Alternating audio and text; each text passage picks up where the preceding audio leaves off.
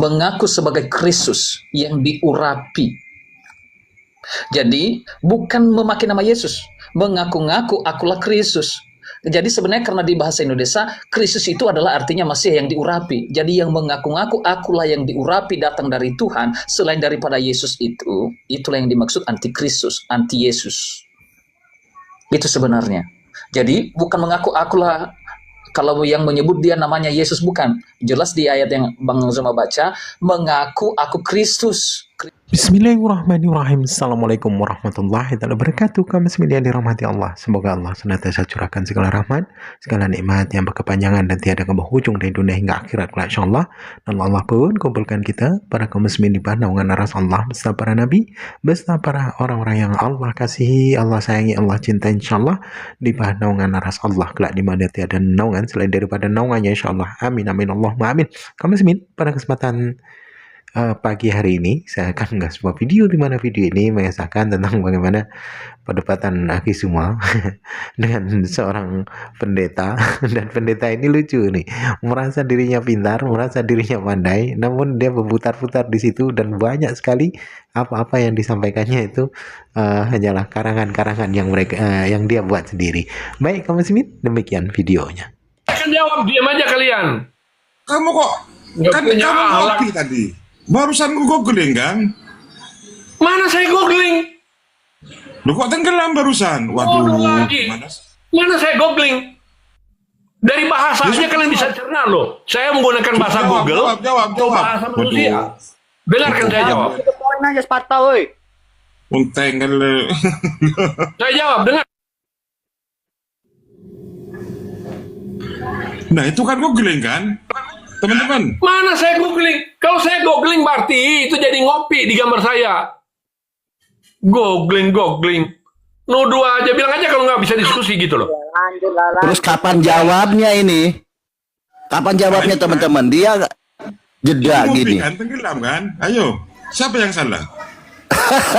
Oh, ini botol modal congor aja lihat. Terus dia sedang ngomong itu. Siapa yang mau dengar itu? Iya, masih nyontek itu, jadi kerepean itu. Itulah saya bilang teman-teman, Kristen ini punya masalah gitu loh. Punya masalah literasi sehingga tidak punya narasi. Miskin literasi. Kalian bisa diam nggak? Nuding aja, giliran saya diminta jawab nggak? Kalian potong. Dengarkan. Ya lanjut, monggo lanjut ya. Nah itu, mau jawab gimana? Siapa yang mau mendengarkan? Dong kita aja nggak ada. Botol ya Allah. Ngabisin rokok 3 bungkus ini bener. Agak kurang memang dia. Dikusang onyol seperti itu. Yang kurang ya. Lihat ya. Mau dengar nggak? Dengar ya, saya jawab. Dari tadi saya dipotong. Dia mau jawab tapi dia menghilang. Botol, astagfirullahaladzim. Mute itu. Baik teman-teman ya, lihat ya. Akhlak kalian ya. Playing victim. Fitnah.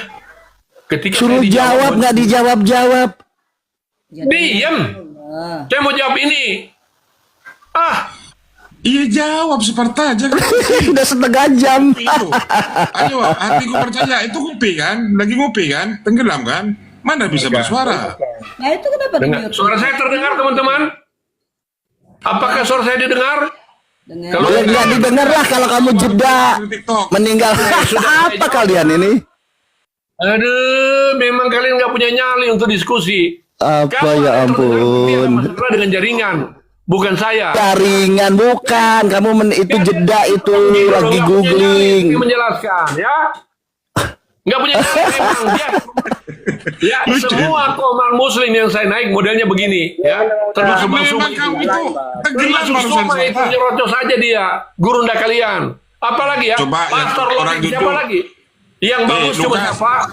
Lukas ketika dia ngomong itu kan googling. Lukas itu si hatiku juga kan jeda itu lagi googling itu. Jeda hatiku. Roy jeda semua Roy.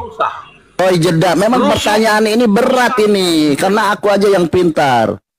Ketika ya Paulus mengatakan yang walaupun dalam rupa manusia dia tidak Narasi sendiri aja. Jurus kabur. Jeda Jurus semua. kabur semua ini. Enggak. Kalian punya nyali untuk Si Hati juga kabur. Kabur si Roy. punya nyali untuk saya jawab nggak? Silakan jawab. Udah diam ya. Ketika Diam kamu ya. menjawab, Sparta. kamu googling, Kalian Sparta. nggak berhenti kalian. Ketika Kalian kamu punya menjawab, itu nggak kedengaran kamu, Sparta.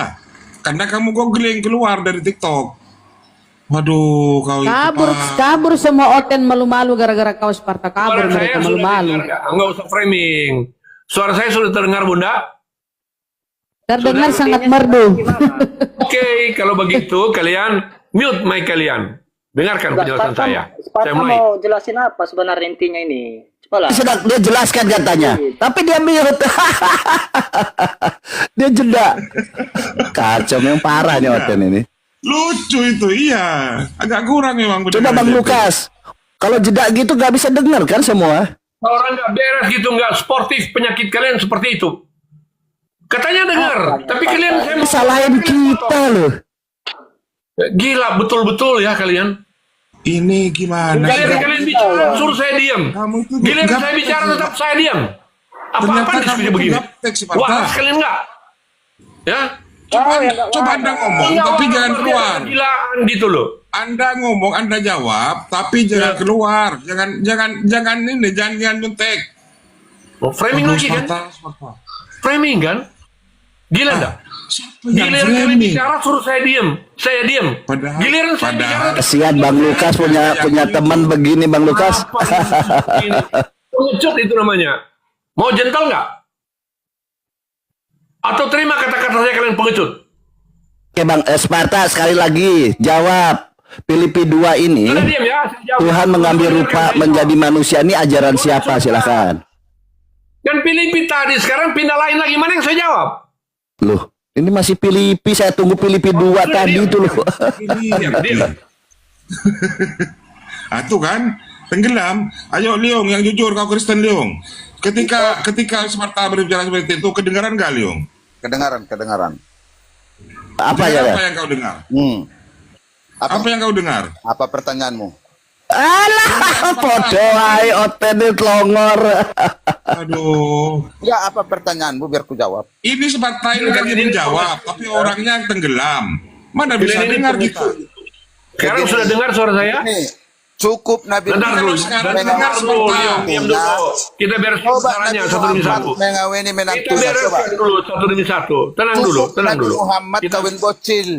Jangan Coba ikut-ikutan kamera, kalian. waduh. nggak usah Leong, nggak usah Leong. Biar tenang aja Apa gitu loh. sih? Apakah suara saya sudah didengar? Sudah. Sekarang dengar, tapi ketika kamu menjawab tidak terdengar karena kamu jeda. Ampun, orang ini nggak paham-paham. Masya Allah. Baiklah, kalau begitu begini aja. Kalian baca ayatnya supaya nggak ada alasan ya. Baca ayatnya pelan-pelan dan saya jelaskan. Oke, saya baca ya. Saya sudah baca tadi, saya ulang ya. Filipi 2 nomor 6 sampai 7 sampai 8. Di sini ya. Tadi orang-orang Kristen ini dijadikan ini narasi bahwa Yesus ini sebagai manusia yang mengosongkan diri. Saya baca ya ayatnya. Yang walaupun dalam rupa, ini kata Paulus loh ya. Ingat, bukan kata Yesus. Kata Paulus, yang walaupun dalam rupa Tuhan, rupa Elohim, tidak menganggap kesetaraan dengan Elohim itu sebagai milik yang harus dipertahankan, kan gitu. Bang Baal, dia jeda Bang Baal. Bang Baal dia dikerjai. juga. Gimana kita nih? Assalamualaikum warahmatullahi wabarakatuh. Waalaikumsalam. Apa Bang Teguh? Ini biar Sudah dibuktikan capek, dulu yang terakhir aja bahwasannya nih, yang Sparta terakhir itu ya, saya terjeda. ini kalian ya. Ini Saya berusaha untuk biar dibuktikan kau itu terjeda menjawab. Suaramu nggak ada kedengaran. Saya dengar kalian loh. Iya, waktu pas kamu menjawab. Sebenarnya kawan dia paham, cuma dia mau kerjai orang. Dia paham tuh, cuma dia kerjai orang di sini. Ini udah screenshot. Framing lagi kan. Ini Sudah udah saya dengarkan screenshot, kan. kamu itu terjeda. Ini Oke, udah sudah, screenshot, oke lah kamu itu terjeda ya. Makanya saya kasih solusi. Saya kasih solusi Teguh, dengarkan. Dengarkan, saya kasih solusi. Jadi biar tidak beralasan, nah dulu dengar. Biar tidak punya alasan jeda, kalian baca ayat aja, gitu kan? Betul nggak? Sebentar Sparta harus buktikan dulu kalian kalau kamu salah harus minta maaf sama netizen di bawah. Sebentar lanjut. Nggak bersalah gitu, di mana salah saya? Apa karena jeda? Kamu menjawab Kamu itu tenggelam, Sparta. Solusi. Ya udah, sekarang kau saya jawab. kasih solusi. Saya kasih solusi bagi kalian. Sekarang kau jawab, Sparta, Baca tentang aja video ayatnya itu. supaya nggak terjeda. Ngerti nggak? Ya makanya Sudah, sekarang kau baca jawab. aja. Ngapain Ada main contek-contekan, Sparta? Udah. Saya nggak contek-contekan. Ya sudah, Kalian jawab sekarang. Iya, Ayo, sekarang. ayo, buktikan, jawab. Apa dibuktikan nih? Tadi kalian nuduh saya jeda. Tadi, yang Saya nyontek. Filipi. Iya, saya kan nggak baca ayatnya. Karena Ya, kalau saya baca bacakan. kan bilang jeda. Kan begitu. Bacakan. Tidak, kalian bacakan aja. Ya sudah, Ya, baca tadi sendiri. Jangan dipotong-potong. Baca sendiri, Kalau Sparta. dipotong, kalau dipotong lagi, Nggak akan ya. motong. Nggak ada yang Aduh. niat, Sparta. Bacakan. Dengarkan dulu. Kita harus komitmen. Jangan Ya. potong-potong kalau saya jawab ya. Kalau saya Siapa jawab, yang motong, Sparta? memang kalian membuktikan kalian itu nggak bisa diskusi. Silakan. Waduh, siapa yang motong? Silahkan jawab, Sparta. Aduh. Saya tidak bisa membaca. Kalian aja yang baca. Karena mungkin ketika saya baca, kalian bilang jeda. Saya terima, Loh, oke kamu itu lah. mau membaca apa Dengarkan menjawab? dulu, ah. Saya turun Kamu aja itu kalau mau gitu. membaca apa mau menjawab, Sparta? Saya harus baca ayatnya. Ya, Nah, iya, bacakan. Jawab, sudah, jawab, bacakan jawab. aja gitu loh. Aduh, emang nggak Jawab, nyambung jawab, gini jawab. otak diskusinya nggak nyambung. Wah, Saya harus baca berdasarkan ayat. Woi, Sparta. Kok malah orang yang benar yang disalahkan? Ada Gimana sih? ayatnya aja supaya tidak ke alasan jeda. Ngerti nggak? Karena kalau saya baca ayat, Iya, kamu sudah Sparta tadi kamu sudah baca. Sekarang jawab. saya belum baca, kawan. Terus belum baca kenapa mau jawab? Potong. Ada aja. Belum baca tapi mau jawab. Gimana kalian ini? Saya belum membaca ayatnya. Karena kalau saya baca, kalian nuduh saya jeda. Makanya saya bilang biar nggak ada alasan itu, dengarkan baik-baik. Biar tidak ada alasan itu, silakan aja bacanya ayatnya. Saya nguping, saya tidak akan baca ayatnya itu karena kalian sudah Oke, baca. izin host saya bacakan ya supaya nggak berlarut-larut kelihatannya Jangan parah lupa. juga nih. Oke, Jawab Sparta jawabannya. bacakan ya. Ini firman Tuhan harus hikmat katanya kan begitu. Aduh, ada Roh Kudus. Nah, teman-teman Kristen mengatakan bahwa ketika Yesus berdoa, ini pertanyaan Bunda Maria ini, Bunda Rahma tadi, Yesus berdoa kepada Tuhan. Anda menjawab bahwa Yesus itu sedangkan mengosongkan diri sebagai manusia menggunakan Filipi 2 nomor 6, 7 dan 8. Yang ayatnya bunyinya seperti begini. Yang walaupun dalam rupa Elohim tidak menganggap kesetaraan dengan Elohim itu sebagai milik yang harus dipertahankan, melainkan telah mengosongkan dirinya sendiri dan mengambil rupa seorang hamba dan menjadi sama dengan manusia. Dan dalam keadaan sebagai manusia, ia telah merendahkan dirinya dan taat sampai mati, bahkan sampai mati di kayu salib. Ini pernyataan Paulus. Ingat pernyataan Paulus. Ini terkorelasi bahwa kalian ini pengikut Paulus, bukan pengikut Yesus. Sabar dulu Sparta. Sabar dulu Sparta. Waduh, ini nggak bisa diskusi Sparta nih. Saya jelaskan kali nggak sabar. Sparta ini nggak bisa diskusi. Ini kita melanjut diskusi Bunda Rahma bahwa kalian ini pengikut Paulus dan pengikut Yesus. Bukan pengikut Yesus. Anda membantah, buktikan di mana ayatnya. Nah, ternyata saya bertanya, Anda menggunakan Filipi 2 ini ajaran siapa? Paulus mengatakan demikian bahwa Tuhan mengambil rupa manusia ini ajaran siapa? Silahkan. Jadi teman-teman ya, dengarkan. Alkitab itu satu kesatuan. Dari Kejadian sampai Wahyu. Ada perjanjian Bukan lama. itu jawabannya, Dengarkan, Sparta. jangan dipotong-potong lagi ya. Tentang Filipi Jangan itu, dipotong-potong Sparta. dulu. Jangan tunjukkan Makanya- kebrengsekan kalian ya. Makanya baca Teman-teman dulu saya kalau ayatnya, naik- Sparta. Teman-teman saya kalau Lihat naik saya dulu cegah ayatnya, loh, saya Sparta. nasihatin gitu loh. Supaya diskusi dengan baik.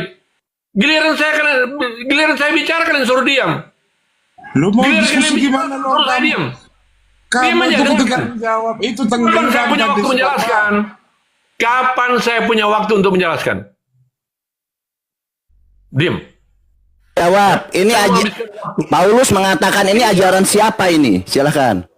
Dengarkan. Ajaran iman Kristen. Iman Kristen itu percaya kepada Alkitab. Alkitab itu apa? Dari Perjanjian Lama sampai Perjanjian Baru. Dari Kitab Kejadian sampai Wahyu. Oke?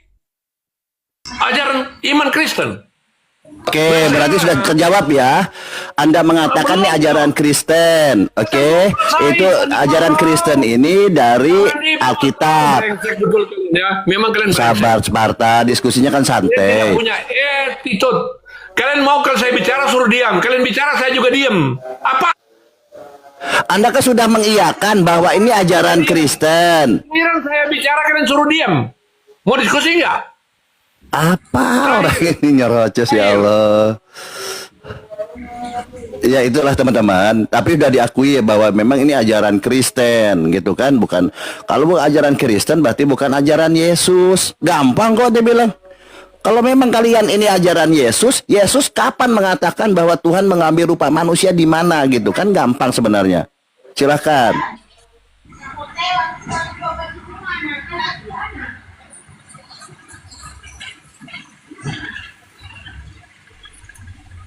Naik lagi temannya juga ini si Dajjal mata satu. Sebentar, saya minta kejujuran Cepe. Cepe. Dengarkan saya Cepe. Tadi melihat diskusi antara Bunda Rahma atau Islam dengan Kristen Sparta itu diwakili Sparta. Siapa yang salah di sini Cepe? Yang jujur Cepe. Mana wakil Kristen? Lu Sparta bukan wakil Kristen ya, Cepe. Itu pribadi masing-masing. Kalian rupanya mewakili Islam. Cepe, ketika Sparta Kalian sanggup menjawab, menyatakan kalian mewakili kan Islam. Itu kan dijeda Cepe. Sparta ketika menjawab tadi itu kan dijeda. Sehingga kami tidak bisa mendengar. Oh, Gurunda sudah monitor kayaknya. Gurunda monitor. Assalamualaikum warahmatullahi wabarakatuh, sahabat-sahabat sekalian dari Sabang sampai Maroke. Waalaikumsalam warahmatullahi wabarakatuh, Gurunda. Semoga Host, kita sehat aku semuanya. turun host. Ada Bang Juma ini nggak enak nih. Sombong kali kok, gampang kok. Ya silakan, Biasa, Bang semangat Juma. malam teman-teman non Muslim. Semoga malam ini kita bisa diskusi, dialog baik-baik. Silakan.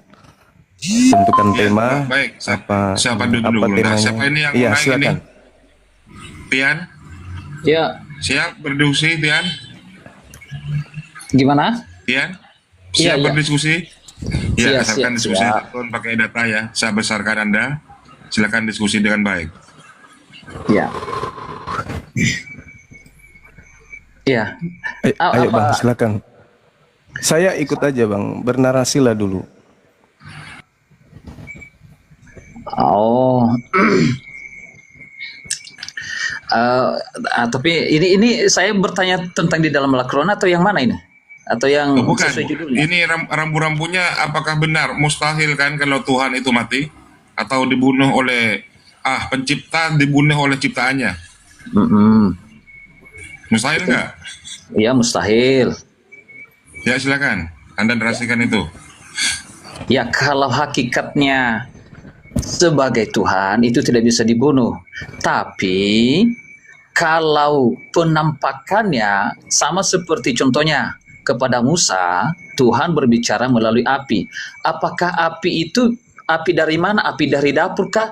Itu bisa mati, bisa. Tapi suara Allah itu tidak mungkin bisa dibunuh. Nah, dalam kekristenan, Yesus itu adalah firman Allah yang menampakkan diri dalam rupa manusia. Rupa bisa dibunuh, bisa apa? Sama seperti Jibril, dia menampakkan diri dalam rupa manusia. Kemanusiaan itu bisa bisa dihilangkan lagi, berarti artinya bisa mati. Tapi dia tetap hakikatnya di dalam malaikat. Jadi rupa manusia yang bisa dibunuh, tapi hakikatnya sebagai malaikat itu lain hal. Dan dalam kekristenan yang dibunuh itu adalah penampakannya dalam rupa manusia, tapi hakikatnya sebagai firman Allah tidak bisa. Nah, itu dia Yesus bagi kami. Jadi Yesus itu, makanya Yesus bilang, aku telah turun dari sorga untuk melaksanakan kehendak Bapa. Kenapa dia kehendak Bapa? Karena dia adalah firman. Jadi kalam nafsi dia di dalam Allah kami. Jadi kehendak Allah di dalam diri Allah. Apakah bisakah firman Allah di dalam diri Allah mengambil rupa manusia? Bagi kami itu adalah bisa, karena Allah adalah tak terbatas, maha dia. Sama seperti apa namanya yang didengar di dalam semak duri kepada Musa. Apakah kalau dibunuh api itu mati suara Allah? Tidak. Suara Allah adalah itu tidak bisa dibunuh oleh manusia, tapi api bisa. Nah, Yesus juga bagi kami, makanya Yesus bilang, apa yang kamu dengar ini loh bukan kata-kataku, Allah yang Bapa yang berbicara kepadamu. Jadi suara yang dikeluarkannya katanya Bapa yang berbicara. Itu dia. Jadi yang dibunuh itu adalah rupa manusia. Sama seperti itu, ketika menampakkan diri dalam rupa manusia yang sempurna, kemanusiaan itu adalah rupa yang ditambahkan. Itu bisa dibunuh, tapi hakikatnya sebagai malaikat itu tidak bisa. Makanya ketika dia berubah lagi menjadi malaikat Jibril, bisa. Nah, demikianlah firman Allah bagi kami. Dan itu sesuai dengan konteks seluruh dalam isi Alkitab, bahwa dalam rupa Allah, tapi dia mengambil rupa manusia. Baik Injil Yohanes, bahkan semua juga. Itu dia. Jadi yang dibunuh itu kalau dalam kekristenan bisa dibunuh adalah penampakan dalam manifestasinya. Bisa. Tapi hakikatnya sebagai ilahi, firman Allah tidak bisa. Sudah, jangan diulang-ulang. Sudah ya, gantian ya. Miot, Anda Miot. Silakan Bunda. Baik. Bismillahirrahmanirrahim. Falamma ahassa Isa minhumul kufra qala man ansari ilallah qala al-hawariyun nahnu ansarullah amanna billah washhad bi anna muslimun. Nabi Isa alaihissalam yang datang kepada kaumnya Bani Israel ketika melihat kekufuran, pembantaian demi pembantaian terhadap ajarannya, pembangkangan yang ada pada diri Bani Israel. Man ansari ilallah. Siapa di antara kalian, wahai Bani Israel, yang akan menjadi muridku, akan menjadi pembantuku untuk menegakkan ajaran Allah? Murid-murid kemudian menjawab, nahnu ansarullah amanna billah. Kami semua adalah penolongmu untuk menjalankan misi kerasulanmu kepada kaum Bani Israel. Dan kami beriman kepada hakikat yang mengutusmu. Dan saksikanlah wahai Nabi Isa, sesungguhnya kami muridmu adalah orang-orang muslim yang berserah diri kepada ajaran yang kau bawa. Nah, muncul kemudian pengajaran makar di tengah-tengah kaum Bani Israel. Ketika Nabi Isa mengangkat sebuah sayembara, man ansari ilallah, di antara Bani Israel itu ada yang kemudian makar, tidak ingin menjadi murid. Wa makaru wa makarallah. Mereka kemudian membuat tipu muslihat. Mereka membuat kesaksian-kesaksian palsu. Untuk apa? Untuk kemudian membunuh Nabi Isa alaihissalam. Nah, di sini kita sedang berdiskusi lintas agama. Saya ingin bertanya kepada saudara kami Kristen yang lebih dulu hadir daripada agama Islam. Apakah ketika di dalam Bible bercerita tentang orang-orang Yahudi membuat kesaksian-kesaksian palsu, tipu muslihat, dan persengkongkolan ahli Torah, imam kepala, mahkamah agama, orang Farisi untuk bersepakat bagaimana bisa membunuh Yesus dengan cara menyalibkan?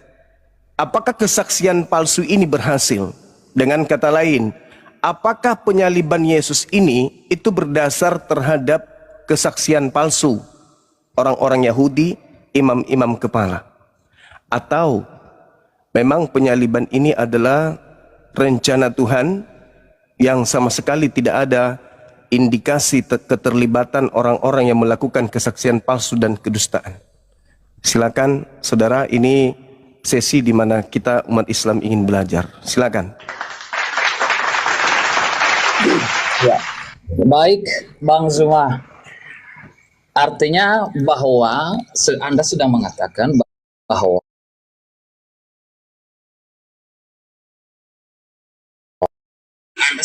menyatakan bahwa nah, persoalannya di Al-Quran dikatakan bahwa mereka tidak membunuh dan tidak menyalibnya, tetapi yang diserupakan. Artinya, Al-Quran sendiri menyatakan ada pembunuhan, ada penyaliban, tetapi yang diserupakan. Itu diakui oleh Al-Quran. Berarti artinya orang Yahudi dan orang-orang Kristen, para rasul murid-muridnya itu ketika mereka mencatat ada pembunuhan dan penyaliban terhadap Yesus, itu bukan lagi menjadi pertanyaan itu fakta atau fiktif. Karena diakui oleh Al-Quran, ada pembunuhan dan ada penyaliban, tapi yang diserupakan. Berarti kejadian penyaliban ada dan pembunuhan. Bang Zuma, silakan. Iya, terima kasih. Jadi kalau kita berbicara mengenai ada penyaliban, ada pembunuhan, Al-Quran surah Al-Ma'idah ayat 33 yang disalib itu adalah yang membenci pencipta langit dan bumi, yang memusuhi Nabi Isa alaihissalam, dan yang membuat kerusakan. Sedangkan di dalam Al-Quran surah An-Nisa diterangkan pembunuhan itu ada, penyaliban itu ada, tetapi yang disalib dan yang dibunuh itu bukanlah Nabi Isa alaihissalam. Dan itu juga dikonfirmasi oleh saya sebagai seorang apologet Islam yang belajar Bible. Di dalam Markus 16 nomor 12, ternyata Markus mengatakan bahwa yang tampil keluar dari kubur itu dalam rupa yang lain. Itu data. Begitu juga ketika berselisih di dalam Kisah Para Rasul 25 nomor 19, Paulus berselisih paham tentang seseorang yang bernama Yesus. Sebagian mengatakan sudah mati, sebagian mengatakan masih hidup.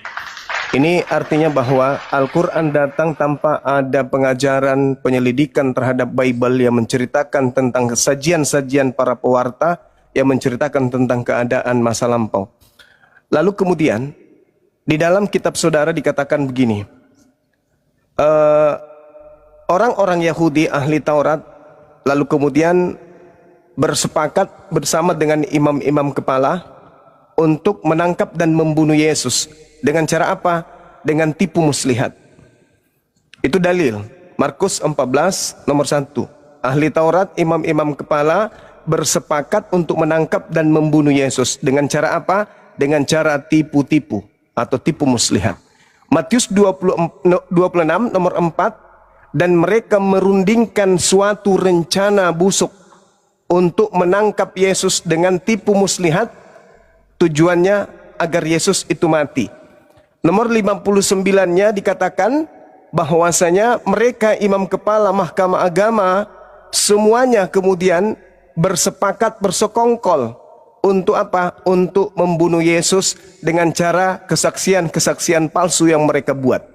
Imam kepala malah seluruh mahkamah agama yang ada pada saat itu mencari kesaksian palsu terhadap Yesus supaya Yesus bisa disalibkan atau dihukum mati.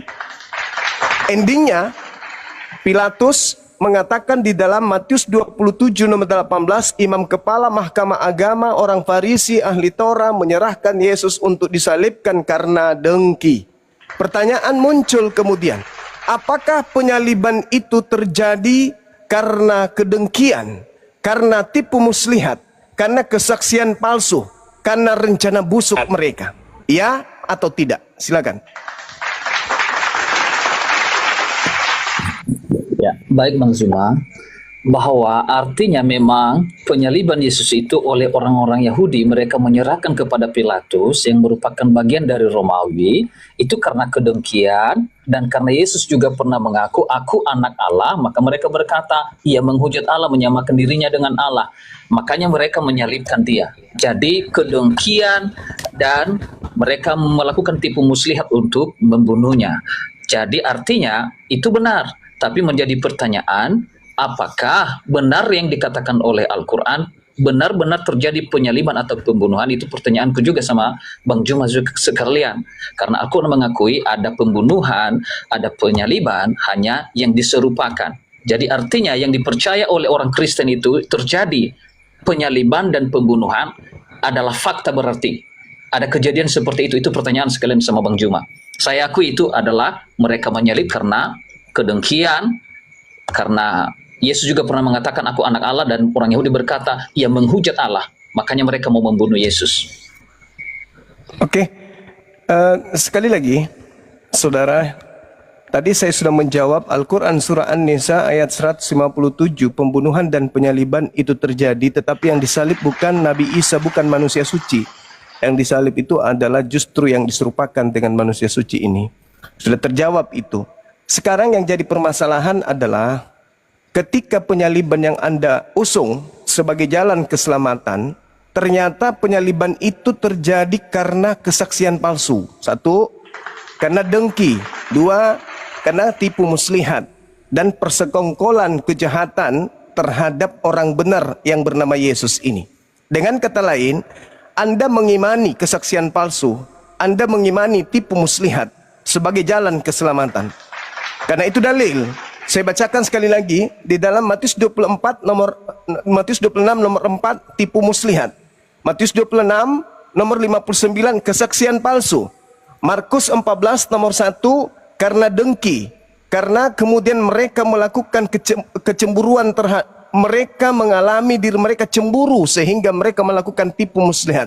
Dengan kata lain, penebusan dosa yang dialami, yang dianut, yang diusung oleh Kristen itu berasal dari kesaksian-kesaksian palsu, berasal dari tipu muslihat, berasal dari kedengkian, kebencian terhadap utusan Tuhan yang datang kepada Bani Israel. Apakah saya benar atau saya salah? Kalau saya salah, apa salahnya? Kalau saya benar, maka terima kasih, Anda sudah mengakui keselamatan Kristen berasal daripada tipu muslihat dan kedengkian orang-orang jahat terhadap Yesus. Kemudian yang terakhir, ketika saudara berbicara mengenai Nabi Isa alaihissalam, Nabi Isa alaihissalam membuat sayembara kepada kaumnya, man ansari ilallah, siapa yang akan menolong aku untuk menjalankan syariat Allah, ajaran Allah yang datang, firman Allah yang akan aku sampaikan, yang telah dan sedang aku sampaikan kepada kaumku Bani Israel. Nahnu ansarullah, murid-muridnya mengatakan kami yang akan menolongmu. Dan ternyata di Bible murid-muridnya kemudian ke Efraim bersama dengan Yesus, berjaga-jaga, berdoa semalam-malaman bersama dengan gurunya di sana. Dengan kata lain, sekali lagi, apakah betul penyaliban terjadi oleh karena kesaksian? Ingat, kalau Anda mengatakan bahwa penyaliban itu karena Yesus mengatakan dirinya adalah anak Allah atau anak Allah, kenapa orang Kristen tidak disalib? Sedangkan Galatia 4 nomor 7, Paulus mengajarkan bahwa engkau bukan lagi hamba, melainkan engkau adalah anak-anak Elohim. Kenapa orang Kristen tidak disalib? Jadi sebenarnya itu hanya kesaksian palsu, itu hanya tipu muslihat, kebohongan-kebohongan yang diusung oleh imam kepala mahkamah agama, alasan-alasan yang dicari hanya untuk sekedar membunuh Yesus saja. Ketika orang mengaku anak Elohim, bukankah orang Israel itu semua disebut anak-anak Elohim? Jadi itu cuma alasan yang dibuat-buat oleh orang-orang yang membenci Yesus. Kembali kepada inti permasalahan, betulkah penyaliban itu berasal dari tipu muslihat, kemudian kesaksian-kesaksian palsu orang-orang yang benci kepada Yesus? Silakan.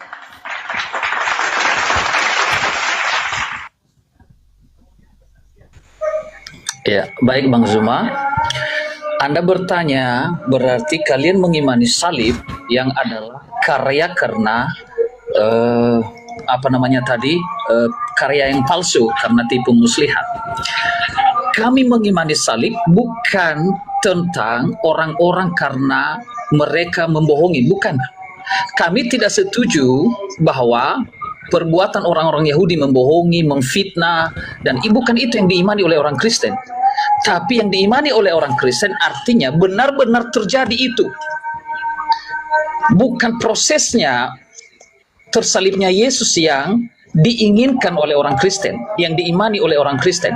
Tapi yang diimani oleh orang Kristen adalah benar-benar terjadi penyaliban, dan melalui penyaliban itu Yesus tunjukkan kebangkitan dan kasih. Itu yang diimani. Bukan tentang orang-orang, memang terjadi penyaliban karena tipu muslihat, tapi bukan tipu muslihatnya. Yang diimani adalah benar-benar fakta penyaliban. Makanya saya tadi korelasinya dari Al-Quran, bahwa Al-Quran juga mengakui ada penyaliban dan ada pembunuhan. Soal lain nanti kita bicarakan lagi, apakah Yesus yang benar itukah yang disalibkan atau bukan, atau yang diserupakan. Jadi intinya yang kami imani adalah benar-benar terjadi penyaliban. Dan melalui penyaliban itu Tuhan Yesus menyatakan kebangkitan, itu yang diimani di dalamnya. Dan di situ Tuhan tunjukkan kasih. Silakan Bang Zuma. Oke, saudaraku yang saya kasihi, di dalam kitab saudara Yohanes 13 nomor 2, mereka sedang makan bersama dan iblis telah membisikkan rencana dalam hati Yudas Iskariot. Apakah iblis yang telah membisikkan kemudian rencana jahat di dalam diri Yudas ini berhasil? Apakah kesaksian-kesaksian palsu yang dilakukan oleh imam-imam kepala, ahli-ahli Taurat untuk kemudian menangkap dan membunuh Yesus itu berhasil? Apakah kemudian ketika mereka melakukan tipu muslihat semuanya itu berhasil? Apakah ketika mereka sepakat membunuh Yesus dengan cara membuat tipu muslihat itu berhasil? Kalau berhasil berarti ada penyaliban. Nah sekarang maukah Anda mengakui bahwa penyaliban itu adalah hasil dari pengkhianatan iblis adalah pengkhianatan Yudas karena bisikan iblis? Apakah Anda jujur dan bersedia mengakui bahwa penyaliban itu adalah terjadi karena dengki, karena adanya kemudian rencana mereka menangkap Yesus dengan tipu muslihat? Apakah Anda ingin jujur mengakui bahwa mereka melakukan penyaliban itu dikarenakan karena mereka melakukan adanya tipu muslihat yang merupakan persengkongkolan? Mau tidak saudaraku Kristen mengakui bahwa penyaliban itu berasal dari kesaksian-kesaksian palsu dan tipu-tipu muslihat? Silakan. Baik Bang Zuma, saya sudah akui tadi bahwa proses penyaliban itu, kenapa terjadi penyaliban, itu karena rencana iblis. Rencana iblis itu apakah dia memakai orang-orang muslihat dengan apa? Saya kan dari tadi saya tidak menolak bahwa begitulah terjadinya proses penyaliban. Tetapi yang diimani oleh orang Kristen bukan menyetujui perbuatan itu. Tapi yang diimani adalah setelah iblis melaksanakan kehendaknya dan Yesus bangkit dari kematian, itu yang diimanin tentang penyaliban. Dan Yesus tunjukkan kasih, walaupun di atas salib dia bilang ampuni dosa mereka. Dia tunjukkan kasih, itu yang diimani di situ. Oke, berarti sepakat kita kesaksian palsu dan tipu muslihat berhasil?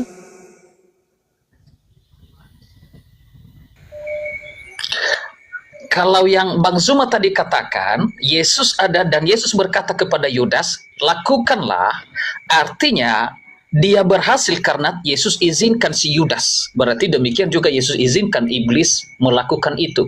Tapi karena Yesus tahu bahwa dia akan bangkit, karena dia sudah berkata 3 hari dalam perut bumi, setelah itu anak manusia akan bangkit. Ya, saya ulang lagi. Tipu muslihat, kesaksian palsu, dan bisikan iblis berhasil? Betul Bang Zuma, saya sudah katakan tadi bahwa Yesus izinkan, makanya berhasil. Makanya yang ayat Bang Zuma tadi baca, Yudas dibisikkan oleh iblis, dan setelah itu Yesus berkata kepada Yudas, lakukan apa yang ingin kamu lakukan Yudas. Oke, berarti berhasil ya? Iya, saya tidak, kan saya sudah dari tadi bahwa berhasil. Berhasil, baik. Baik, teman-teman sekalian. Ada 2 hal. Yang pertama,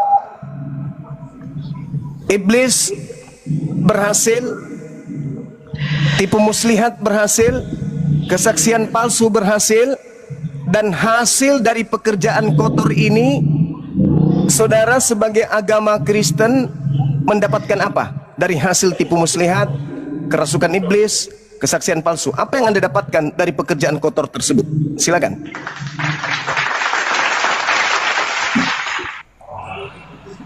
Yang kami dapatkan dari tipu muslihat tidak ada. Makanya saya bilang tadi, penyaliban terjadi karena tipu muslihat, karena rencana iblis. Tapi yang diimani oleh orang Kristen adalah kebangkitan Yesus dari antara kematian. Dan karena di atas salib ditunjukkannya kasih. Itu yang Oke. diimani oleh orang Kristen. Oke. Jadi ketika Anda mengatakan bahwasanya yang Anda dapatkan adalah kebangkitan, ada satu hal dari beberapa hal yang ingin saya uraikan di sini. Tadi penyaliban ini adalah bentuk atau hasil akhir dari upaya iblis, upaya kesaksian palsu, kedengkian, tipu muslihat. Itu adalah hal-hal kotor yang kemudian dibenci oleh Tuhannya Yahudi. Amsal 6:16, Keluaran 23 nomor 7 nomor 8. Tetapi ternyata hal yang dibenci Tuhan ini memberikan keuntungan terhadap orang-orang Kristen. Nah, ini yang menjadi pertanyaan besar nantinya. Yang pertama, Yesus tentang anak manusia keluar dari kubur itu adalah tanda untuk angkatan jahat. Yang kedua, Yesus mengatakan bahwasanya yang dilemparkan keluar itu adalah iblis, dan yang dilemparkan keluar ini itu terjadi zaman Yesus. Yohanes 12 nomor 31. Sekarang dunia sedang dihakimi, sekarang juga penguasa dunia, iblis, dilemparkan keluar. Sedangkan dalam Yesaya 14 nomor 15, yang masuk ke dalam liang kubur itu adalah iblis, Lucifer. Yang keluar dari kubur menurut Yesus, Yohanes 14 nomor 31, 12 nomor 31 juga Lucifer. Lalu bagaimana Anda bisa meloloskan diri? Pertama, kedengkian, kebencian, saksi palsu, tipu muslihat, kerasukan setan menyebabkan penyaliban. Endingnya bangkit. Kebangkitan itu dibungkus dengan dua hal. Angkatan jahat diberi tanda anak manusia keluar dari kubur. Iblis penguasa dunia dilemparkan juga keluar dari kubur. Lantas Anda ingin menjajakan yang mana lagi, saudara? Silakan. Baik, saya ada dua poin yang bisa saya tangkap dari Bang Zuma tentang keuntungan daripada proses penyaliban, dan yang kedua adalah tentang tanda yang bangkit dari antara dari kubur tadi itu. Yang pertama, Bang Zuma, bahwa yang Anda maksud adalah keuntungan orang Kristen adalah keuntungannya karena Yesus bangkit. Sama seperti Yesus membangkitkan Lazarus, kematian itu adalah bukan keinginan Yesus, tapi membuat orang Kristen beriman. Baru keuntungan orang Kristen atau yang membaca Alkitab karena ada kebangkitan. Berarti proses kematian bukan karena keinginan Yesus, tapi kebangkitannya lah itu yang keuntungan bagi orang Kristen. Demikian juga pada Yesus. Proses penyaliban bukan itu yang keinginan orang Kristen, tapi keuntungan orang Kristen. Dengan terjadinya demikian, Tuhan menunjukkan kebangkitan dan kasih. Poin yang kedua yang Anda maksud adalah tanda ini tidak diberikan kepada angkatan yang jahat ini, tidak diberikan tanda selain daripada tanda Nabi Yunus, sebagaimana juga Yunus dalam perut ikan 3 hari 3 malam, demikian anak manusia di dalam perut bumi, dan setelah itu dia bangkit. Artinya angkatan yang jahat memang jahat, mereka tidak punya iman kepada Yesus, dan Yesus bilang hanya yang diberikan tanda kepada kalian supaya kalian melihat kebenaran, bahwa sama seperti tanda kepada Yunus, aku akan bangkit pada hari yang ketiga. Itu maksudnya soal tanda itu. Jadi bukan jahat tanda itu, tapi kepada angkatan yang jahat dinampakkan tanda kebenaran. Jadi bukan tandanya sama-sama jahat, bukan konsepnya di situ. Jadi itu poin yang bisa saya jawab, Bang Zuma. Keuntungannya di situ orang Kristen bukan prosesnya, tapi setelah terjadi itu ada kebangkitan, itulah keuntungannya. Sama seperti Yesus membangkitkan Lazarus, bukan Yesus yang membunuh Lazarus, itu adalah karena yang jahat, tapi ketika bangkit membuat orang-orang yang melihat bersorak-sorak. Dan itu seperti itu keuntungan orang Kristen bagi penyaliban Yesus. Silakan Bang Zuma. Oke, saudaraku. Jadi Anda kalau dari segi angkatan jahat, di situ tidak ada hal yang bisa menolong saudara, karena angkatan jahat ini minta satu tanda dan tidak akan diberikan satu tanda kepada angkatan jahat selain anak manusia keluar dari kubur. Itu angkatan jahat tuh. Matius 12, 38, 40. Anda nggak bisa lolos dari sana. Kenapa? Karena Matius 23 di ending 36 pun Yesus dan 39 pun Yesus mengatakan bahwa semua ini akan dialami oleh angkatan jahat ini. tentang penyaliban, tentang mereka yang menanggung derita disebabkan karena ulah mereka menyalibkan dan nenek moyang mereka atau junjungan mereka menyalibkan. Itu yang pertama. Yang kedua, mengenai kebangkitan. Bangkit, keluar dari kubur, itu tanda untuk angkatan jahat. Itu pasti. Lalu kemudian Yesusnya menerangkan bahwasanya sekarang juga dunia dihakimi, sekarang juga penguasa dunia dilemparkan keluar. Ketika dia keluar, Matius 28, apa kata dia? Kepadaku telah diberi kuasa di dunia. Penguasa dunia, iblis dilemparkan keluar. Setelah dia keluar, dia mengatakan, kepadaku telah diberi kuasa. Ketika kemudian Yesus mengatakan dunia dihakimi, penguasa dunia ini menghakimi dunia dengan cara apa? Membuat angkatan jahat kemudian beriman, percaya kepadanya kalau dia adalah hakikat yang harus disembah, dituhankan. Permasalahannya di mana? Dengarkan saudaraku, ini edukasi. Murid-murid asli ketika mendengarkan pemberitaan tentang orang yang keluar dari kubur, murid tidak percaya, menganggap itu omong kosong. Lukas 24 nomor 9, nomor 10, nomor 11, 12. Lukas 24 nomor 37 malah menganggap yang keluar dari kubur itu sebagai hantu. Murid tidak menganggapnya sebagai Tuhan, tapi menganggapnya hantu. Angkatan jahat menganggapnya Tuhan.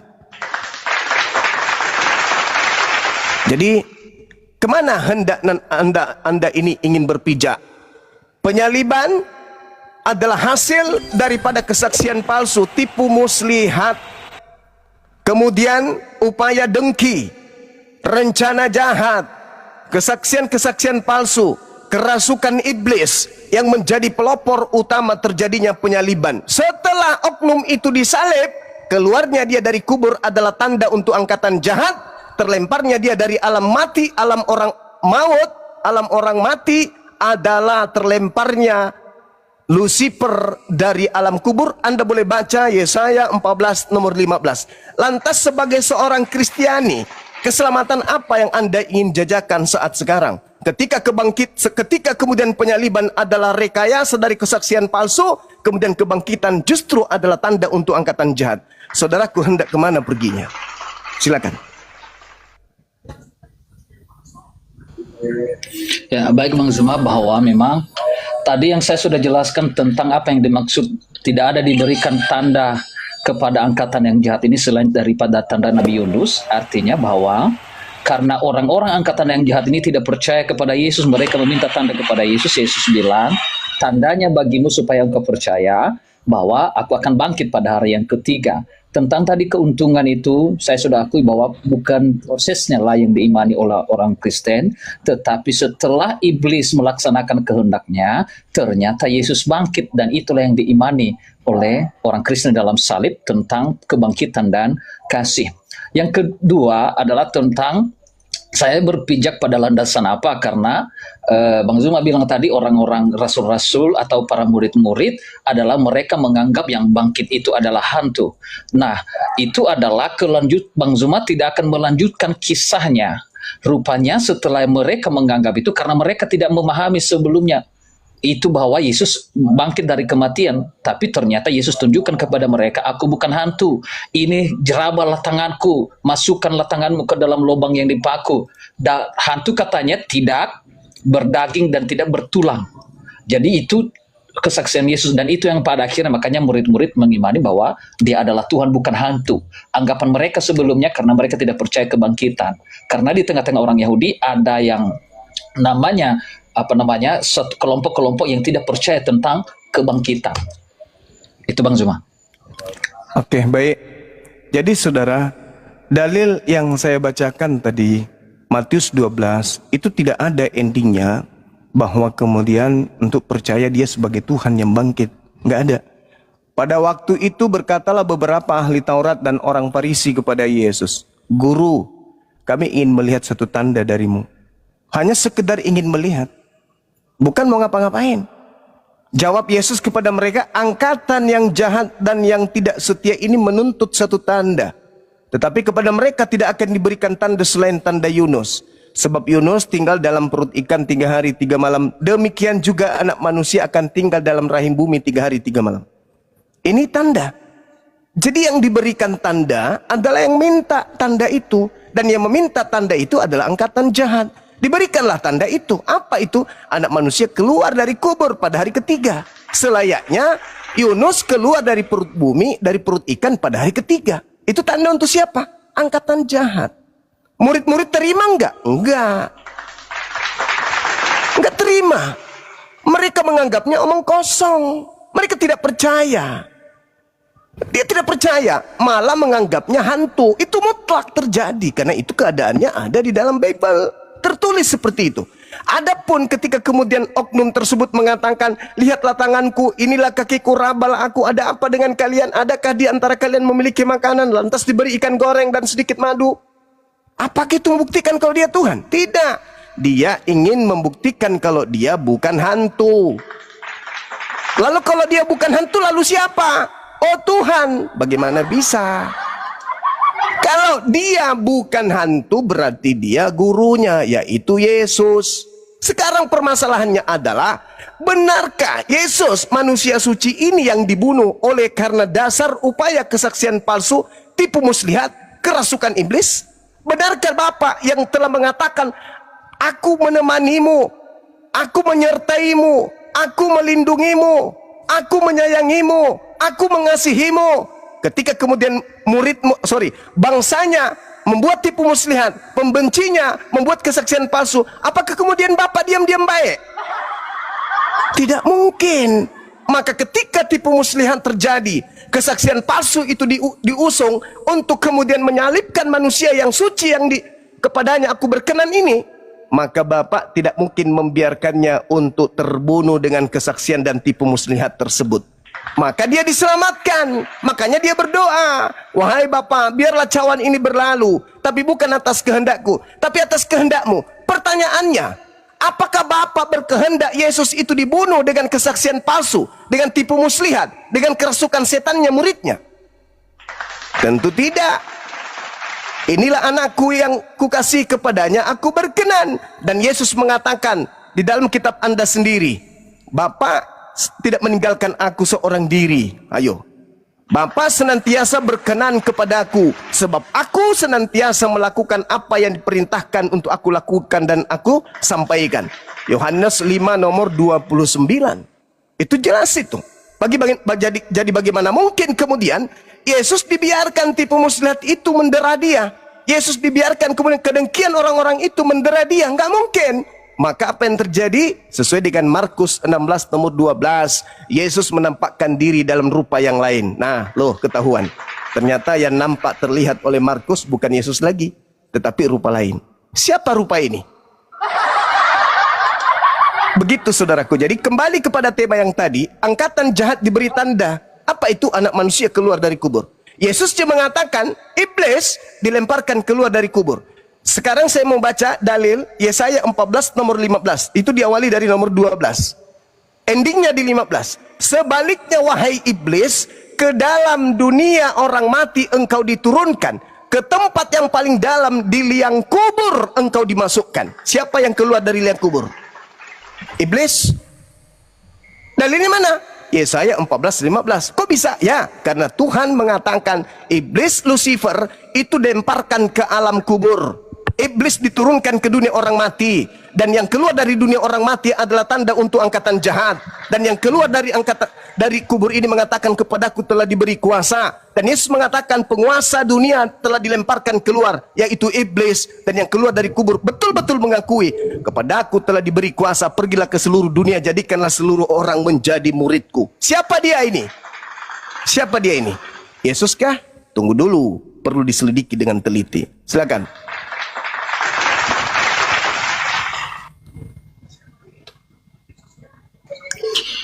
Baik Bang Zuma, ada sekitar 3 poin yang saya tangkap tadi dari Bang Zuma tentang kata Yesus bahwa aku disertai oleh Bapa, tidak mungkin ditinggalkan aku oleh Bapa. Dan yang kedua tentang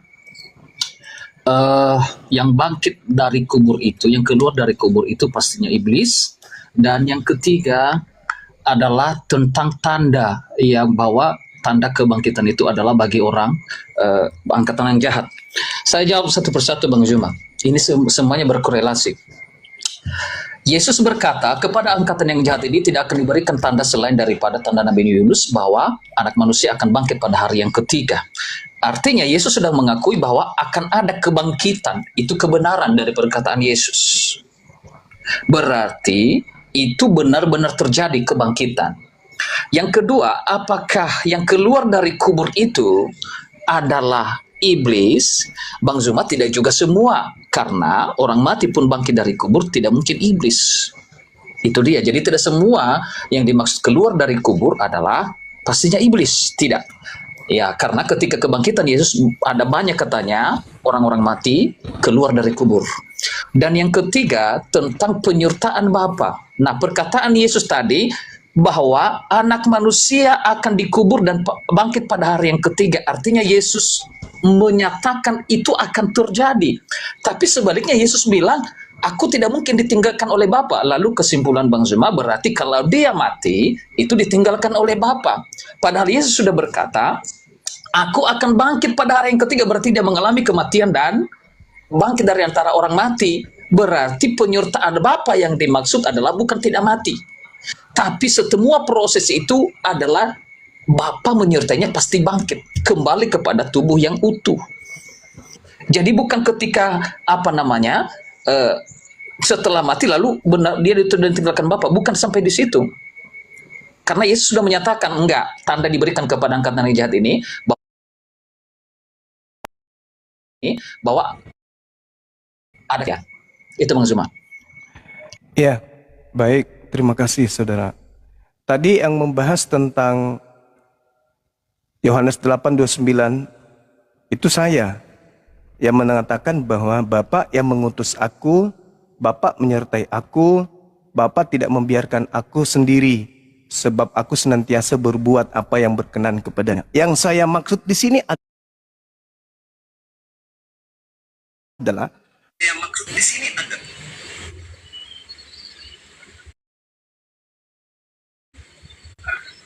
bersekongkol ingin membunuh Yesus dengan tipu muslihatnya, dengan kesaksian palsunya. Saudaraku tadi mengatakan itu berhasil.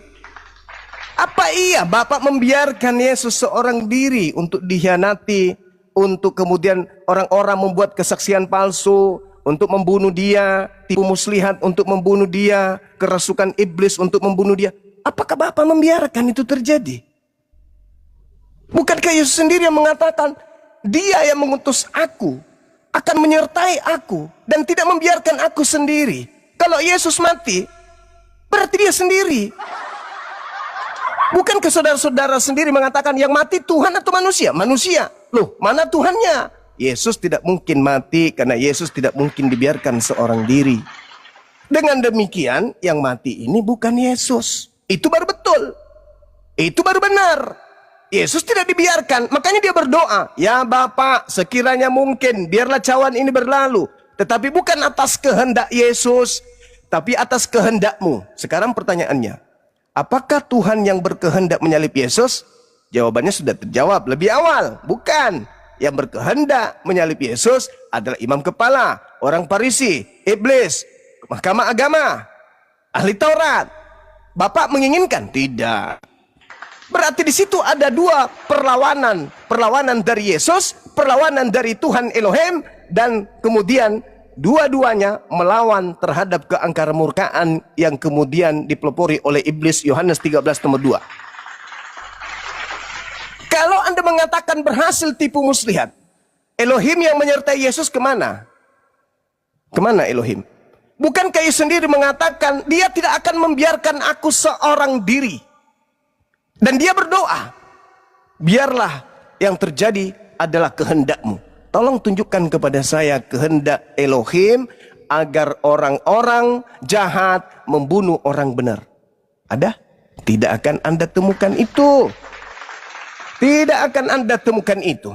Berarti dengan kata lain, penyaliban itu terjadi, pembunuhan itu terjadi, Tetapi yang dibunuh bukan Nabi Isa alaihi salam, melainkan orang yang diserupakan dengan beliau. Wa qaulihim inna qatalnal masiha Isa bin Maryam Rasulullah wa ma qatalu wa ma salabu walakin syubbiha lahum. Yang disalib, yang dibunuh, orang yang diserupakan.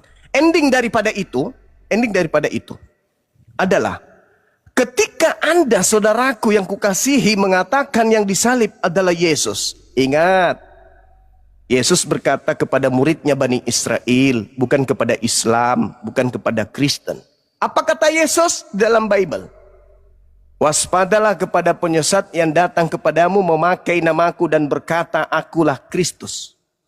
Yang Anda katakan hari ini sebagai oknum yang disalib, itu Kristus.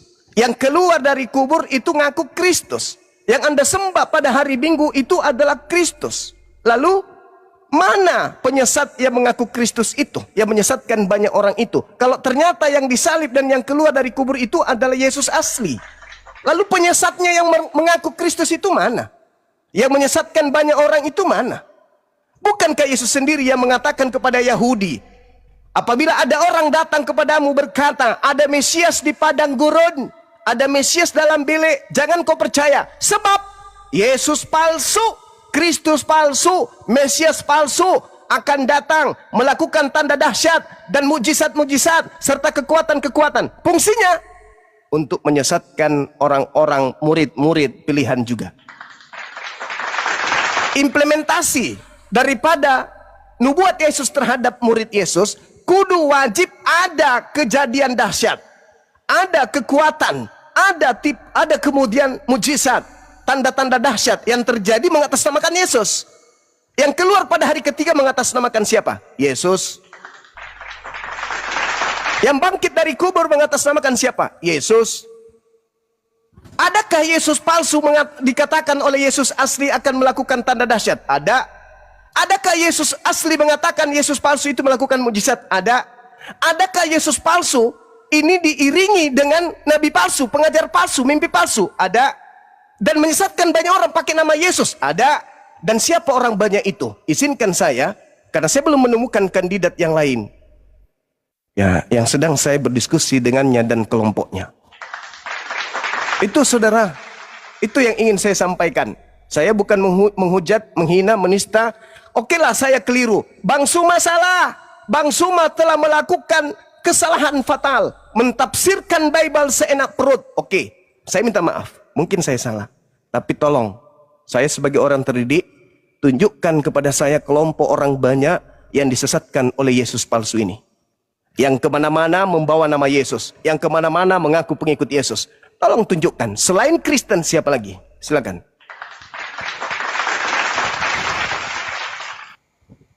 Bisa saya jawab, Juma?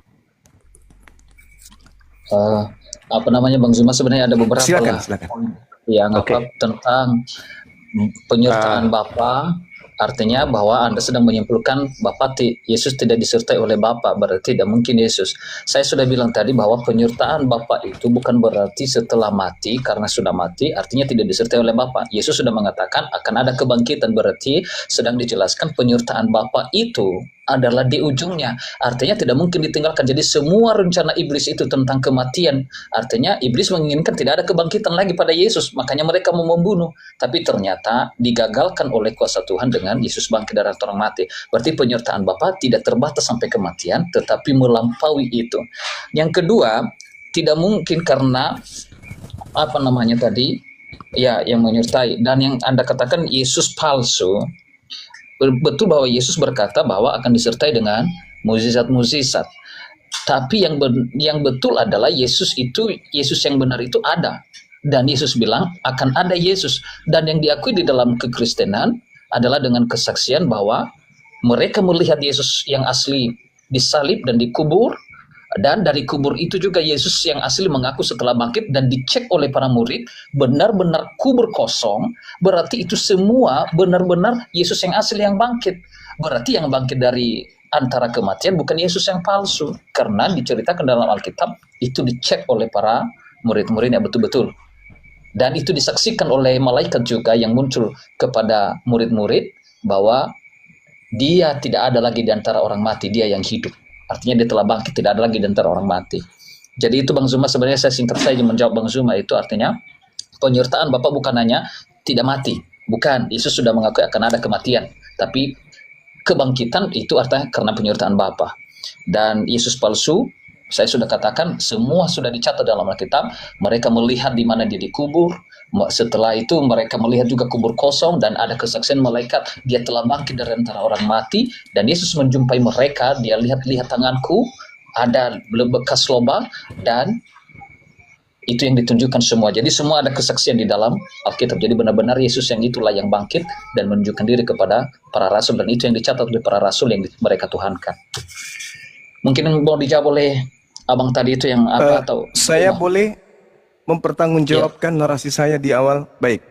Jadi gini saudaraku, Anda mengatakan Yesus asli. Oke, ingat saya bertanya tadi, mana orang banyak yang disesatkan oleh Yesus palsu? Mana pengikut-pengikut Yesus palsu ini yang memakai nama Yesus? Kalau bukan Kristen. Kalau yang bangkit itu asli, berarti bukan Kristen. Lalu mana Yesus banyak Kristen, pengikut Kristus palsu ini?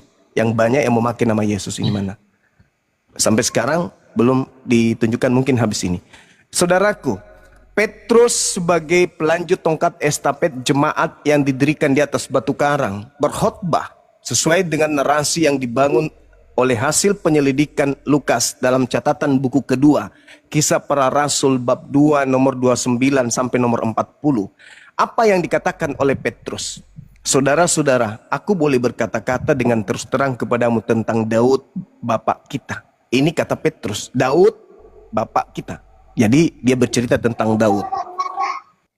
Daud telah mati dan kuburnya ada di tengah-tengah kita sampai hari ini. Tetapi Daud adalah seorang nabi.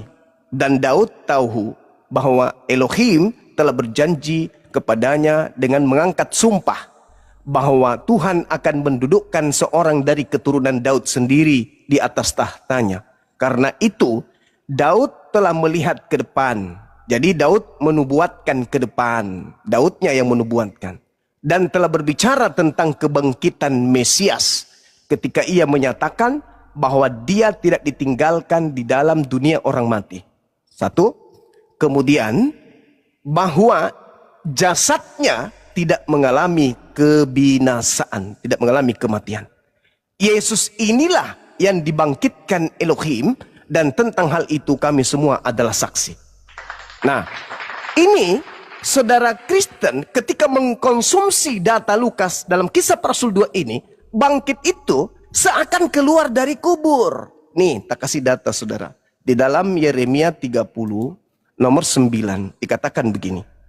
Mereka akan mengabdi kepada Tuhan Elohim mereka dan kepada Daud raja mereka yang akan kubangkitkan bagi mereka. Apakah Daud dibangkitkan dari kematian? Kalau dengan kata bangkit itu selalunya dari kubur? Tidak.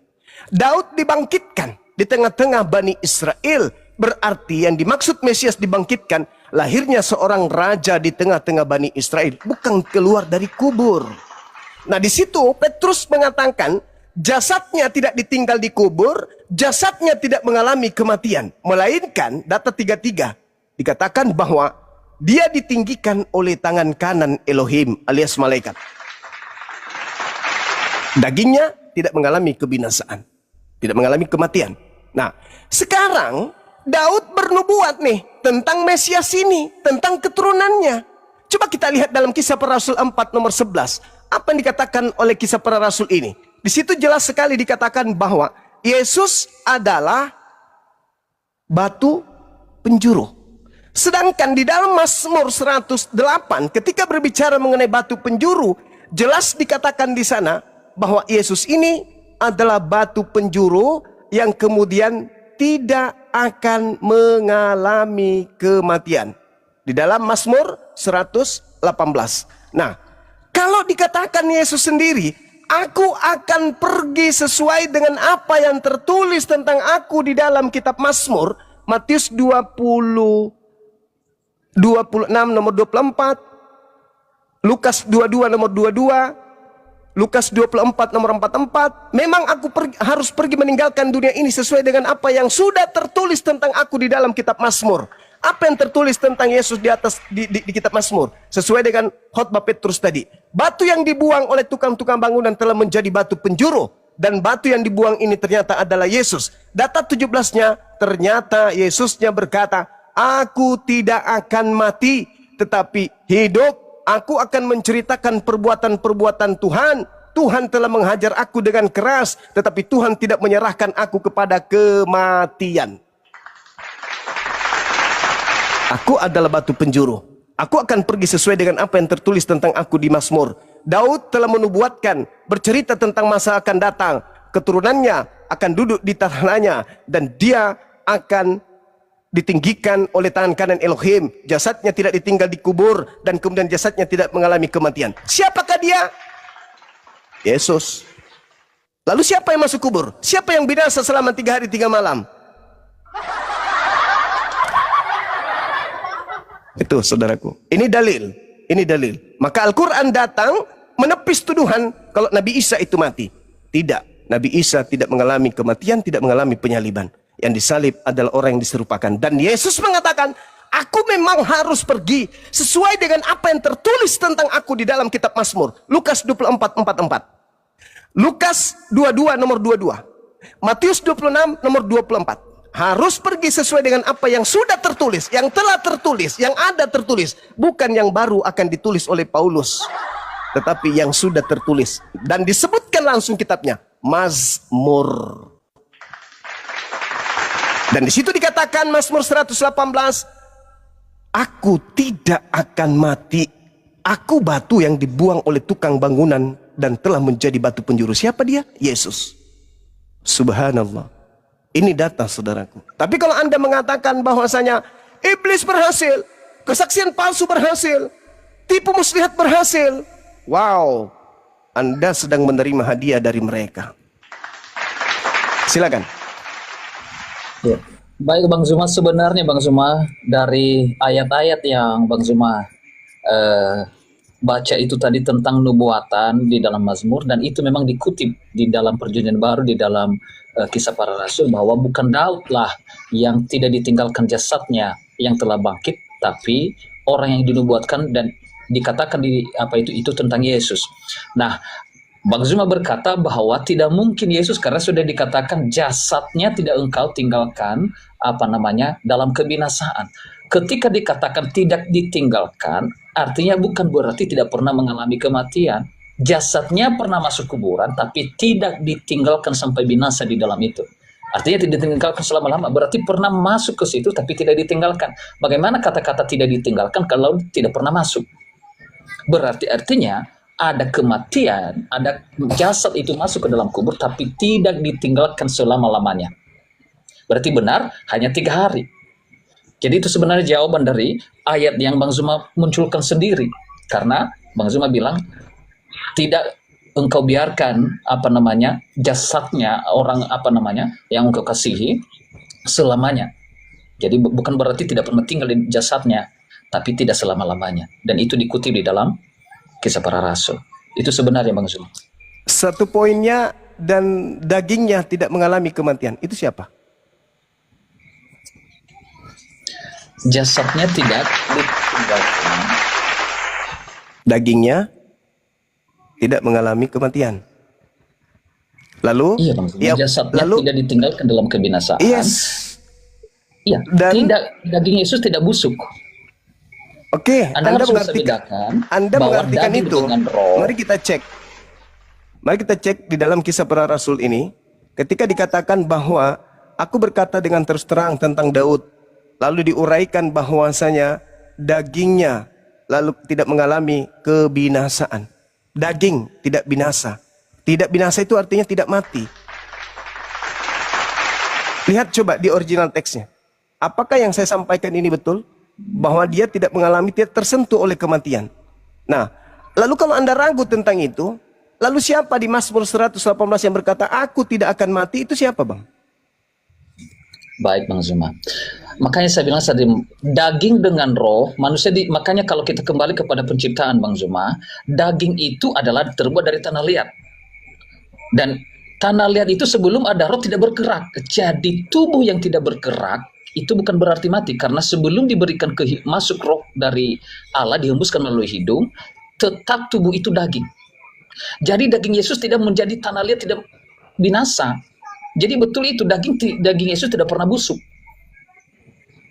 Jadi kan bukan Yesus tidak mati, bukan daging, makanya dijelaskan dagingnya. Kan benar di situ, jasadnya tidak ditinggalkan dalam kebinasaan. Jasad dengan roh beda. Saudara, Mesias ini dikatakan oleh Daud tidak ditinggal di dunia orang mati. Artinya apa itu kalau tidak ditinggal di dunia orang mati? Tidak disimpan di alam kubur. Dagingnya tidak mengalami kebinasaan. Dagingnya tidak binasa berarti tidak pernah ditinggalkan oleh roh. Yang disebut binasa ketika berbicara mengenai manusia, pada saat roh meninggalkan jasad itu sudah binasa. Itu mati namanya. Kemudian kalau Anda belum yakin juga, yang di Mazmur 118 ini menurut Yesus, aku tidak akan mati, tetapi hidup dan aku akan menceritakan perbuatan Tuhan. Tuhan telah menghajar aku dengan keras, tetapi Tuhan tidak menyerahkan aku kepada kematian. Itu siapa bang? Yang tidak akan mati. Aku tidak akan mati. Itu siapa? Daud atau Yesus? Iya, Yesus bang. Makanya saya bilang tadi betul bahwa dagingnya tidak mengalami kebinasaan dan aku tidak akan mati bang. Aku tidak akan mati. Itu Daud atau Yesus?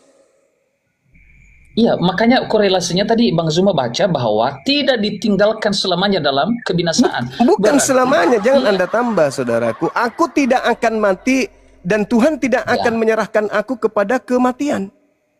Itu siapa? Aku tidak akan mati itu siapa, ya, Bang? Ayat-ayat sebelumnya tadi dari Bang Zuma bahwa tidak selama-lamanya orang benar engkau tinggalkan dalam kebinasaan. Jadi artinya kalau tidak ditinggalkan dia tidak ada. Kata selamanya itu nggak ada. Di dalam Mazmur tadi bang, bahwa tentang keturunan Daud yang tidak akan engkau biarkan selamanya orang yang kekasih baru sebelumnya Bang Zuma baca itu. Tidak ada abangku, aku tidak akan mati tetapi hidup dan aku akan menceritakan perbuatan-perbuatan Tuhan. Tuhan telah menghajar aku dengan keras, tetapi Tuhan tidak menyerahkan aku kepada kematian. Batu yang dibuang oleh tukang-tukang bangunan telah menjadi batu penjuru. Itu Yesus kan? Dan Petrus merujuk kepada Yesus kan? Dan Daud bercerita tentang masa depan ketika Daud hidup tentang Yesus bukan? Dan Yesus mengatakan harus tergenapi semua yang tertulis tentang aku di dalam kitab Mazmur bukan? Lalu siapa yang mengatakan aku tidak akan mati? Daud sudah mati. Lalu yang tidak akan mati siapa selain Daud? Yesus abangku.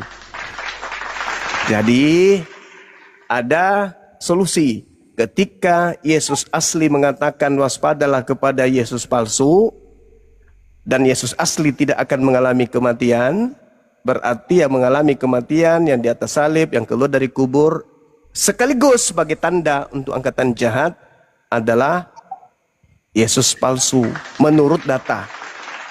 Menurut data itu yang saya pahami. Silakan. Ya, bahwa yang abang bilang tadi betul bang, bahwa yang tidak mengalami tidak ditinggalkan selamanya dalam kebinasaan itu adalah Yesus. Artinya ketika Yesus bangkit, bahwa berarti dia mengalami kematian. Dalam juga bukan. Dan dalam versi orang Yahudi, selama 3 hari orang itu jiwanya masih ada di dalam tubuhnya. Itu kalau Bang Zuma searching, makanya baru benar-benar terpisah dalam iman Yahudi, terpisah jiwa dari tubuh itu setelah 3 hari. Jadi sesungguhnya kalau dibawa ke sana maka betul. Berarti bukan hanya Yesus kan yang mengalami hal itu kalau begitu. Intinya bahwasanya apa yang Anda inginkan dengan Yesus yang harus mati ini? Kenapa Anda ngotot sekali Yesus harus mati? Seperti iblis yang berapa kali mencoba Yesus harus mati. Kenapa ada kemiripan antara saudara saya dengan iblis? Pingin kali Yesus mati itu apa yang Anda inginkan di sana? Bukan bang. Karena yang Bang Bang Zuma bilang ayat-ayat pun di dalam Yesus berkata tanda yang diberikan kepada angkatan jahat Ya, angkatan jahat ini adalah tanda Nabi Yunus. Anak manusia tinggal di perut bumi selama 3 hari dan setelah itu bangkit. Artinya bukan kami menginginkan itu. Tapi orang yang dicatat, yang terjadi adalah itu yang terjadi. Maka apa yang terjadi itu harus dipercaya. Bukan kami menginginkan Yesus harus mati, tidak. Tapi saudaraku begini, ketika ada peristiwa bahwasanya aku menyimpan tugu ini aku berdirikan di sini, aku buat tugu ini misalnya sebagai simbol untuk angkatan jahat dan keturunannya. Kira-kira yang bersiara ke sana mau nggak disebut angkatan jahat? Nggak mau. Kenapa? Karena itu tanda untuk angkatan jahat, itu lambang, itu simbol, itu tugu untuk orang-orang jahat. Kalau ada orang yang kemudian datang ke tugu itu bersiara, berarti dia masuk ke dalam kategori angkatan jahat. Nah, yang jelas bahwasanya keluar dari kubur itu adalah tanda untuk angkatan jahat. Dan Kristen mengusung keluar dari kubur ini sebagai simbol ketuhanan terhadap Yesus. Bukti dia Tuhan apa? Dia bangkit dari kematian. Lah, bukankah itu hanya tanda untuk angkatan jahat doang? Tapi justru Kristen menjadikan itu sebagai simbol ketuhanan. Ada apa ini?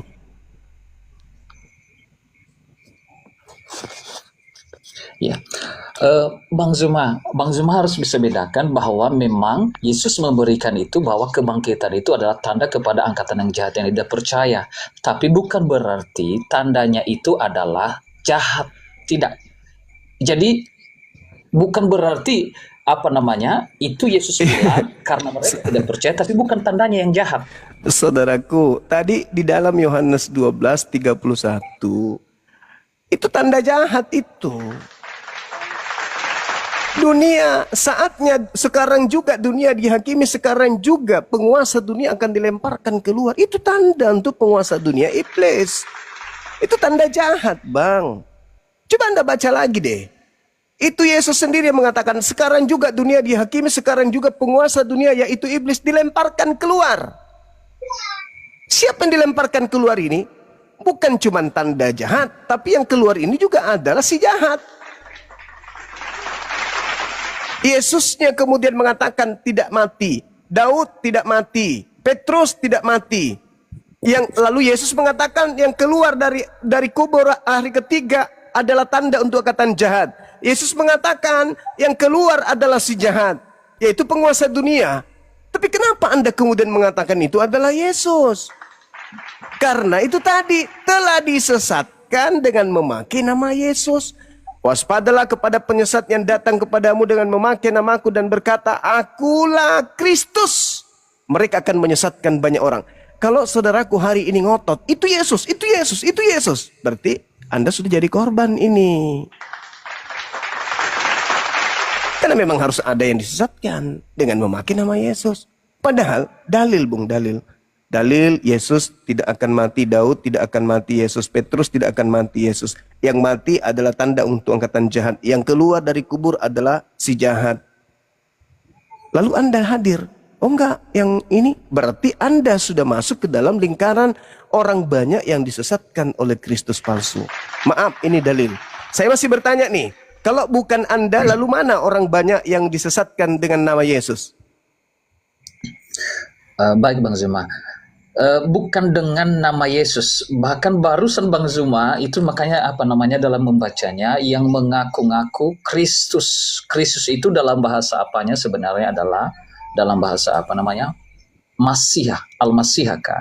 Jadi bukan nama Yesus, tapi mengaku Kristus yang diurapi. Jadi itu gelar mengaku sebagai Kristus yang diurapi. Jadi bukan memakai nama Yesus, mengaku-ngaku akulah Kristus. Jadi sebenarnya karena di bahasa Indonesia Kristus itu adalah artinya Masih yang diurapi. Jadi yang mengaku-ngaku akulah yang diurapi datang dari Tuhan selain daripada Yesus itu, itulah yang dimaksud anti-Kristus, anti-Yesus. Itu sebenarnya. Jadi bukan mengaku akulah, kalau yang menyebut dia namanya Yesus, bukan. Jelas di ayat yang Bang Zuma baca, mengaku aku Kristus. Kristus itu dalam bahasa apanya Masih. Kristus itu yang diurapi. Jadi yang mengaku, yang diurapi, itu gelar, bukan nama. Sekarang begini. Kalau kita berbicara mengenai Kristus, di situ kita masuk ke dalam data yang ada ya. Ketika kemudian dikatakan, waspadalah kepada penyesat yang datang kepadamu memakai namaku. Sekarang ketika Yesus menasihati ke-11 muridnya, Yesus meminta mereka untuk waspada kepada orang yang datang kepada ke-11 ini, mengaku-ngaku bertemu dengan Mesias. Apakah Paulus datang kepada ke-11 murid yang telah menerima nasihat, setelahnya beberapa puluh tahun kemudian mengaku kepada mereka bertemu dengan Mesias? Itu dulu. Jadi apabila ada orang berkata ada Mesias di sini, ada Mesias di sana, ada Mesias di padang gurun, ada Mesias dalam bilik, jangan kau percaya. Nah, dari ke-11 murid ini, detik, menit, jam, hari, minggu, bulan, tahun, bertemu dengan orang di luar mereka. Namanya Paulus. Ketika bertemu, Paulus mengaku, hei murid-murid Yesus, ya paman, aku bertemu dengan Mesias lo di padang gurun ketika aku menuju ke Damsik. Nasihat Yesusnya percaya atau jangan percaya, Bang?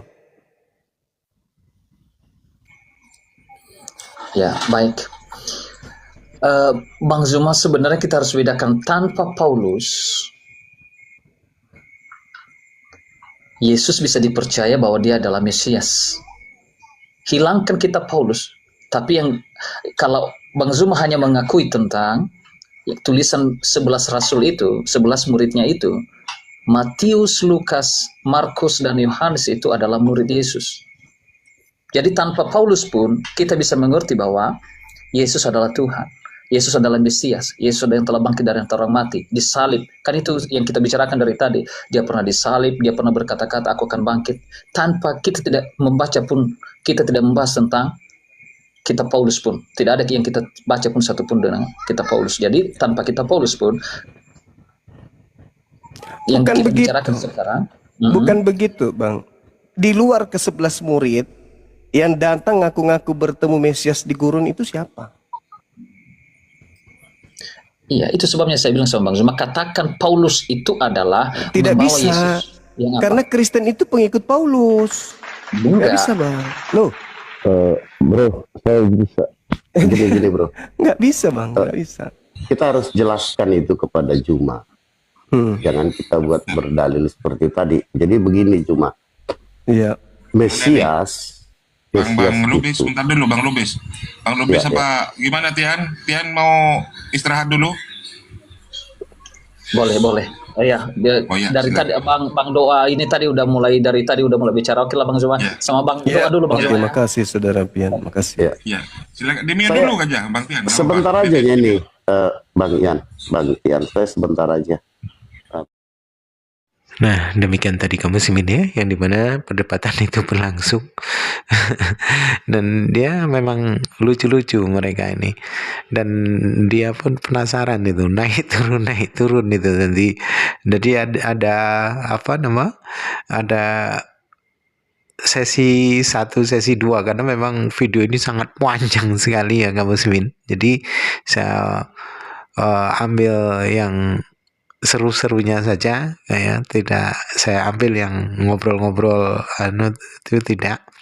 Nah, jadi inilah bukti nyata bahwasanya dari Islam itu lebih mumpuni dalam dalam memaknai ataupun dalam mengkaji isi kitab gitu ya, karena Islam mempunyai panduan yang jelas dan Islam juga mempunyai perintah yang jelas gitu. Berbeda di dalam kekristenan itu sendiri yang dimana tata cara peribadatan mereka itu diadakan oleh manusia dan keagamaan mereka dibuat oleh manusia ya, tidak datang dari Tuhan melalui para nabi, bukan ya. Jadi hanya buatan manusia itu benar adanya ya, karena tidak mungkinlah Tuhan itu akan menjadi manusia ya. Tuhan kurang kerjaan, Tuhan mesti belusukan, itu tidak mungkin ya. Itu saja kaum muslimin mungkin yang dapat saya sampaikan, dan saya Iri Budusani. Wassalamualaikum warahmatullahi wabarakatuh.